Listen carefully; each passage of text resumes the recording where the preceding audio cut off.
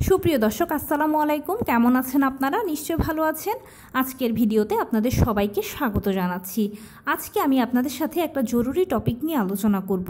বাচ্চাকে যে কোনো বিষয়, ভালো মন্দ বা যে কোনো কাজ কিভাবে খুব সহজে শেখাবেন সেটারই উপায় নিয়ে আলোচনা করব। তাহলে চলুন মূল ভিডিওতে যাওয়া যাক। দেখুন, বাচ্চারা সবসময় কিন্তু একটু আমাদের কথার বাহিরে চলে। যেমন ধরুন, বাচ্চাকে আপনি কোনো একটা কথা বললেন, সে বলল না। খাবার কথাই ধরুন, খাবার কথা বললেন, সে বলল না খাবো না। ওখানে খেলতে যেও না, সে খেলতে গেল। বা এই কাজ করো না, সে করতে গেল। তো যখনই বাচ্চা আমাদের কথার এরকম বাহিরে যায়, তখনই হয় কি, আমাদের মায়েদের বিশেষ করে মেজাজটা খারাপ হয়ে যায়। আমরা তখন বাচ্চাকে বোকাঝোকা করি বা অনেক সময় বাচ্চার গায়ে হাতও তুলি। তো এভাবে করলে দেখা যায় বাচ্চা হয়তো এই কাজটা করছে না, ঠান্ডা আছে সিচুয়েশানটা। তখন এটাকে আমরা একটা টেকনিক বানিয়ে ফেলি যে হ্যাঁ, বাচ্চা যখনই আমার কথা শুনবে না, ওকে ধমক দেব বা ওর সাথে উচ্চস্বরে কথা বলবো অথবা ওকে আমি মারবো, তখন ও আমার কন্ট্রোলে থাকবে, ওই কাজটা করবে না। কিন্তু এটা হচ্ছে সাময়িক সময়ের জন্য বাচ্চাকে আটকে রাখা। এই সাময়িক পদ্ধতিটা বা এই সাময়িক অবলম্বনটা দীর্ঘস্থায়ী খারাপ প্রভাব ফেলে আপনার ও বাচ্চার বন্ডিংয়ের মধ্যে। বাচ্চা ছোটোবেলা থেকে দেখে যে আপনি ওকে বকাঝকা করছেন বা মারছেন, তখন আপনার প্রতি বাচ্চার একটা খারাপ প্রভাব তৈরি হয় বা একটা খারাপ মনোভাব তৈরি হয় যে আমার মা পচা, আমার মা খারাপ, আমার মা আমাকে বকাঝকা করে, আমার মা আমাকে একটুও ভালোবাসে না। অনেক বাচ্চাকে আপনি বলতে শুনবেন, যখন প্রশ্ন করা হয় যে তোমার বাবা ভালো না মা ভালো, সে বলবে আমার বাবা ভালো, কারণ আমার বাবা আমাকে অনেক ভালোবাসে, কিন্তু মা ভালো না, মা আমাকে বকা দেয়, মা পচা। তো এই জিনিসটা যেন তৈরি না হয় বা এই পদ্ধতিগুলো বাচ্চাদেরকে শেখানোর এই পদ্ধতিগুলো সম্পূর্ণ ভুল পদ্ধতি। আমরা বাচ্চাদেরকে প্রয়োজনে শাসন করব, কিন্তু আমরা বাচ্চাদেরকে আদর বেশি করব। কারণ কি, বাচ্চারা হচ্ছে আদরের পাগল। ওদেরকে আপনি শাসনের চেয়ে আদর যত্ন ভালোবাসা দিয়ে যে কোনো কিছু সহজে বুঝিয়ে শুনিয়ে ওদের থেকে আদায় করে নিতে পারবেন। কিন্তু শাসন করলে কি হয়, আমি আগেই বলে এসেছি যে একটা দীর্ঘস্থায়ী খারাপ মনোভাব তৈরি হয়। যে কোনো কিছু, যে কোনো কাজ, যে কোনো খাবার আপনি বাচ্চাকে সবচেয়ে সহজে শেখাতে পারবেন খেলার ছলে। আপনি বাচ্চাকে বেশি সময় দেবেন। আমরা বর্তমান সময়ে করি কি, সুযোগ পেলেই ডিভাইসের সময় দিই বেশি, বা যে কোনো সময় আমরা ডিভাইসের সময় দিতেই বেশি পছন্দ করি। ডিভাইসকে আমাদের অনেক বেশি ভালো লাগে। অনেকে দেখা যায় যে বাচ্চার হাতেও যে কোনো একটা ডিভাইস দিয়ে দিল, বাচ্চাও ডিভাইসে ব্যস্ত, মাও ডিভাইসে ব্যস্ত, তাহলে বন্ডিংটা কিভাবে ভালো হবে বা কিভাবে আপনি শেখাবেন বলুন? তাই অবশ্যই প্রথমত মাকে এই স্যাক্রিফাইসটা করতে হবে, সেটা হচ্ছে আপনার ডিভাইসকে না বলতে হবে বা ডিভাইসের সাথে স্যাক্রিফাইস করতে হবে। যখনই সময় পাবেন, যখনই সুযোগ পাবেন, তখনই বাচ্চার সাথে খেলাধুলা করবেন, বাচ্চাকে বেশি বেশি করে সময় দেবেন। এটার জন্য আপনি আপনার ডেইলি রুটিনটাকে এমনভাবে সেট করে নেবেন যে বাচ্চাকে যেন আপনি দীর্ঘস্থায়ী একটা সময় দিতে পারেন, সেই সময়টুকু আপনাকে বের করে নিতে হবে। কর্মজীবী মায়েদের ক্ষেত্রে একই কাজটা আপনারা করবেন, যেন বাচ্চাকে একটা বড় ধরনের সময় দিতে পারেন সব কিছুর ফাঁকে।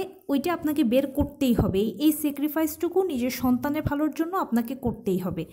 বাচ্চার সাথে আপনি খেলাধুলা করবেন, বাচ্চার সাথে আপনি বাচ্চার মতো মিশে যাবেন। বিভিন্ন ধরনের ফলের বই, ফুলের বই, পাখির বই বা কবিতার বই বা গল্পের বই, অনেক ছবি, অনেক কিছু কার্ডের মতো এখন বাজারে কিনতে পাওয়া যায়। বাচ্চাকে এই জিনিসগুলো কিনে দেবেন বা এগুলো দেওয়ার চেষ্টা করবেন, এবং এর পাশাপাশি এই জিনিসগুলো ওকে পরিচিত করানোর চেষ্টা করবেন। যেমন সবজির বই থেকে বা সবজির কার্ড থেকে আপনি তাকে বিভিন্ন ধরনের সবজির নাম শেখালেন, পরিচিত করালেন। এতে সে সবজি সম্পর্কে জানতে পারলো, আপনি তাকে খাওয়ানোর সময় দেখাতে পারলেন যে এই যে দেখো, আমি তোমাকে দেখিয়েছি যে এই যে টমেটো, এই যে গাজর, এই যে ফুলকপি, এই যে শাক। তখন ওই জিনিসগুলো শিখলো, জানলো, এবং দেখবেন যে খাওয়াতে অনেক ইজি হবে। সেই ওয়েতে যে কোনো ফলের বই থেকে বা ফলের কার্ড থেকে আপনি তাকে ফল দেখানো শেখাতে পারেন, এবং অরিজিনাল ফলটা দেখিয়ে বললেন দেখো এই ফলটা খেতেও খুব মজা, মিষ্টি, চলো এটা আমরা খাই। আপনিও বাচ্চার সাথে খাবেন, বাচ্চাকেও খাওয়াবেন।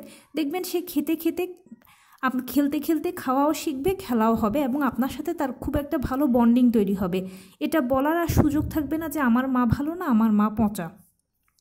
এভাবে করে যে কোনো ভালো মন্দ আপনি যেটা বাচ্চাকে শেখাতে চাচ্ছেন, হতে পারে কোনো একটা ভালো উপদেশ, হতে পারে কোনো একটা ধর্মীয় শিক্ষা আপনি তাকে শেখাচ্ছেন, যে কোনো কিছু খুব সহজে আপনি তাকে শেখাতে পারবেন। আপনি হয়তো তাকে এটা শেখালেন যে অচেনা লোক যখন তোমাকে কিছু দেবে সেটা তুমি খাবে না।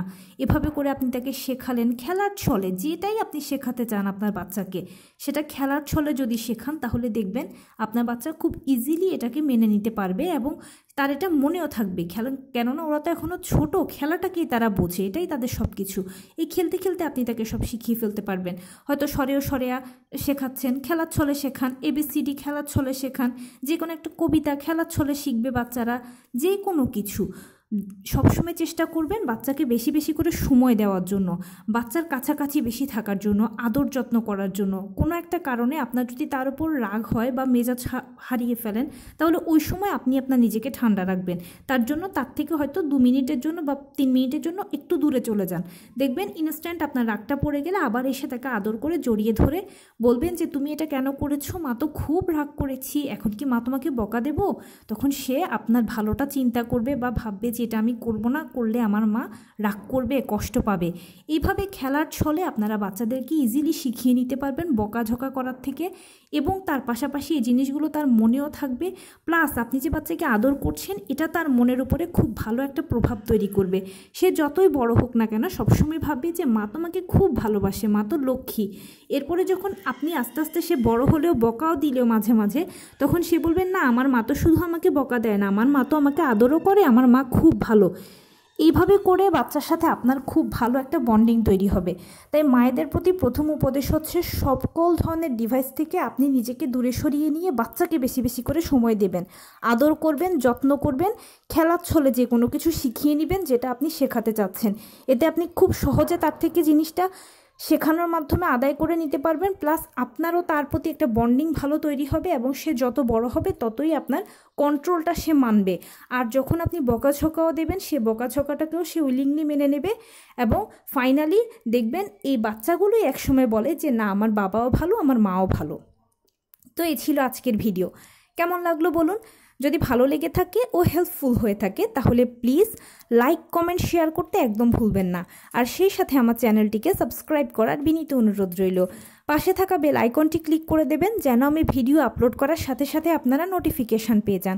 যদি কোনো প্রশ্ন থাকে কমেন্টসে জানাবেন, আমি রিপ্লাই দেব। প্লাস যদি কোনো পরামর্শ থাকে যে কোন বিষয়ের উপরে ভিডিও বানালে আপনারা উপকৃত হবেন সেটাও জানাবেন। আমি আপনাদের পছন্দের সর্বোচ্চ প্রায়োরিটি দেব। ভালো থাকবেন, সুস্থ থাকবেন। আসসালামু আলাইকুম।